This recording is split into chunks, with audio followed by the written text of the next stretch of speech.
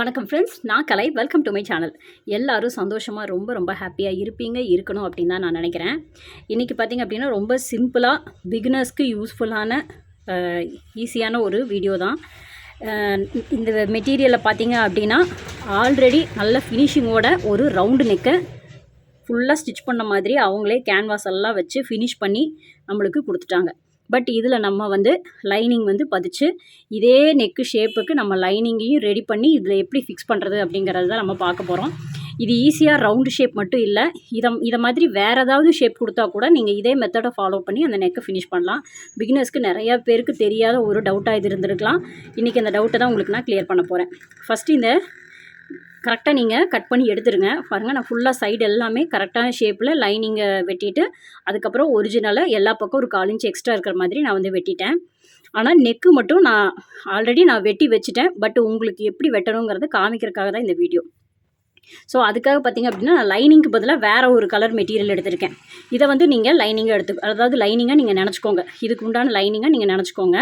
இப்போ இதில் வந்து ஃபஸ்ட்டு நம்ம கவனிக்க வேண்டிய விஷயம் என்ன அப்படின்னா, நல்ல இந்த மாதிரி படிக்கிற மாதிரி நீங்கள் இந்த டாப்பை வந்து இப்படி இது பண்ணிவிட்டு ஒரிஜினல் இது பண்ணிவிட்டு இதில் நெக்கினுடைய அகலம் எவ்வளோ இருக்குது அப்படிங்கிறத நீங்கள் ஃபஸ்ட்டு செக் பண்ணி பார்த்துக்கோங்க. இந்த இடத்துல நெக்கினுடைய அகலம் நல்லா படியை வச்சு பார்த்துக்கோங்க. நல்லா நீட்டாக இந்த மாதிரி ஓப்பன் பண்ணி வச்சுட்டு ஆக்சுவலாக இதில் எவ்வளவு நெக்கு இருக்குது அப்படிங்கிறத பார்த்துக்கோங்க. 6.5 இன்ச் இருக்குது. கரெக்டாக இது வந்து அகலம் 6.5 இன்ச் இருக்குது. ஸோ 6.5 இன்ச் இருக்குங்கிறத ஃபஸ்ட்டு கண்டுபிடிச்சி வச்சுக்கோங்க. அதுக்கப்புறம் இதை வந்து இந்த மாதிரி டபுளாக ஃபோல்டு பண்ணிக்கோங்க. இப்போ இந்த லைனிங் மெட்டீரியல் இதுக்குண்டான லைனிங் அப்படிங்கிறது நீங்கள் நினச்சிக்கோங்க. இதை கொண்டு வந்து எக்ஸாக்டாக இதுக்கு மேலே இந்த மாதிரி வச்சுக்கோங்க. இங்கே வந்து நம்ம 6.5 இருந்துச்சு இல்லையா? ஸோ 6.5ல் பாதி 3.25 இன்ச்சை நீங்கள் மார்க் பண்ணிக்கோங்க. இந்த மாதிரி டபுளாக ஃபோல்டு பண்ணி வச்சுக்கோங்க. லைனிங் நம்மளுக்கு இப்படி தான் இருக்கும் இல்லையா? 2 லேயரு, இந்த பக்கம் ஆன் ஃபோல்டு, மேலே கரைப்பகுதி வச்சுருக்கேன்.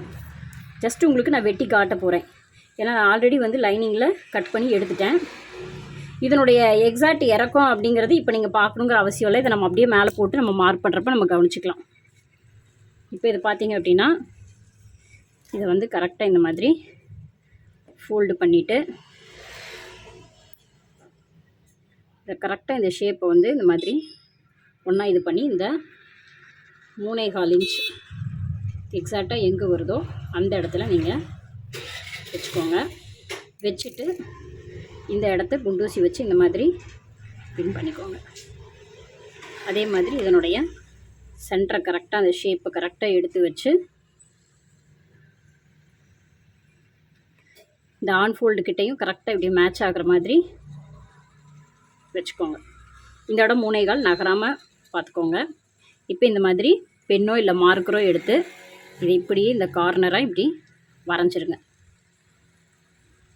எந்த ஷேப்புனாலும் நீங்கள் வேறு ஏதாவது ஷேப் இருந்தால் கூட வி ஷேப்பு இல்லை ஸ்டார் ஷேப்பு லீஃப் ஷேப்பு எது இருந்தாலும் நீங்கள் இதே மாதிரி வரைஞ்சி இதை எக்ஸாக்டான இந்த ஷேப்பை வரைஞ்சி எடுத்துக்கோங்க. இதுக்கப்புறமா இதில் இருந்து ஒரு 1/4 இன்ச்சு தையலுக்கு விட்டுட்டு நீங்கள் வந்து கட் பண்ணிவிடுங்க.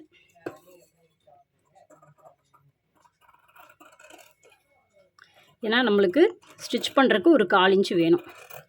இப்போ இது ரவுண்டு நெக்கு அப்படிங்கிறதுனால நம்மளுக்கு இந்த வேலை கொஞ்சம் ஈஸியாக தான் இருக்க போகுது. வேறு ஏதாவது ஷேப் அப்படின்னா நம்ம வந்து கண்டிப்பாக கேன்வாஸ் எல்லாம் வச்சு இல்லை அதுக்கு தகுந்த மாதிரி அதே ஷேப்பில் வேறு மாதிரி மெட்டீரியல் வச்சு நம்ம ஷேப் பண்ணுற மாதிரி இருக்கும். ஸோ இந்த மாதிரி நம்ம கட் பண்ணி எடுத்துக்கணும். ஸோ இதை எப்படி ஃபினிஷ் பண்ணுறது அப்படிங்கிறதையும் நான் உங்களுக்கு காமிச்சிட்றேன். இப்போ இது வந்து ஆல்ரெடி நான் வந்து கட் பண்ணி வச்சுருந்தேன்னு சொன்னேன் இல்லையா? அந்த மேட்ச் பண்ணி நான் ஆல்ரெடி கட் பண்ண பீஸ் இது. ஸோ இதை வந்து நீங்கள் ஒரு 1/4 இன்ச்சு நம்ம தையலுக்கு விட்டு நம்ம கட் பண்ணியிருக்கோம் இல்லையா?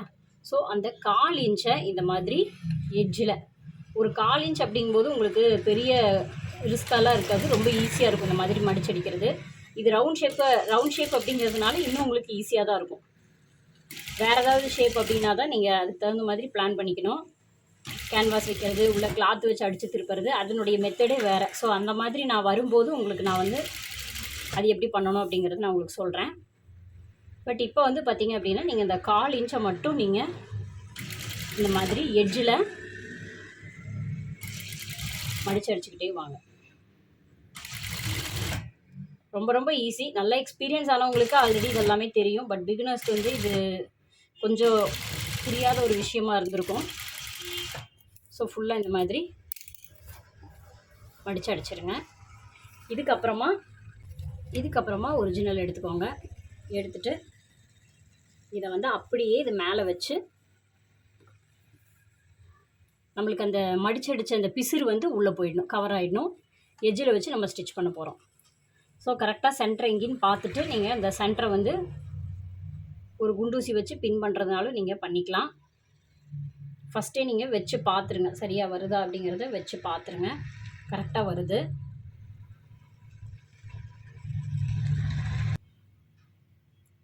ஸோ இந்த மாதிரி மேட்ச் பண்ணி வச்சு பார்த்துட்டு நீங்கள் ஸ்டிச் பண்ண ஆரம்பிங்க.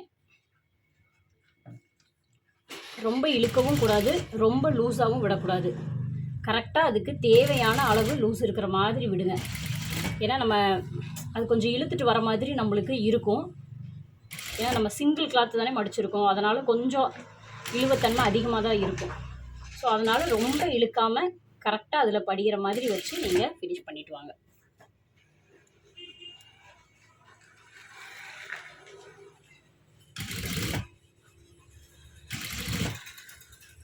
எட்ஜில் ஒரு ஸ்டிச் போட்டுட்டே வாங்க. சுத்தமாக நம்மளுக்கு லைனிங் கிளாத் வந்து மேலே தெரியவே கூடாது. அந்த மாதிரி வச்சு நீங்கள் எட்ஜில் ஒரு ஸ்டிச் போட்டுருங்க.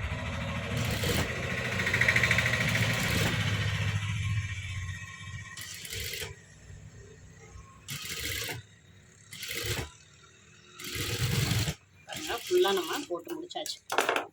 நல்லா கரெக்டாக பேக் சைடில் வச்சு பதிய வச்சாச்சு. இப்போ இது வந்து ஃப்ரண்ட்டில் பார்த்தீங்க அப்படின்னா நம்மளுக்கு சுத்தமாக எதுவுமே தெரியாது. கரெக்டாக இந்த நெக்கினுடைய ஷேப்புக்கே நம்ம வந்து இந்த பீஸை நம்ம ஸ்டிச் பண்ணிட்டோம். இதே கலரில் த்ரெட் போட்டு நல்லா நீட்டாக ஃபினிஷ் பண்ணிங்க அப்படின்னா பேக்லேயும் பார்த்திங்கன்னா இந்த பிசிறெல்லாம் உள்ளே போயிடுச்சு. ஃப்ரண்ட்லேயும் பார்த்திங்க அப்படின்னா நல்லா நீட்டாக இருக்கும். இனி நம்ம எப்பவும் போல் லைனிங்கை வந்து ஜாயின் பண்ணிட்டோம் அப்படின்னா இந்த நெக்கு வந்து ரொம்ப ஈஸி தான். இந்த மாதிரி வந்துச்சுன்னா நீங்கள் ஈஸியாக ஸ்டிச் பண்ணிடலாம்.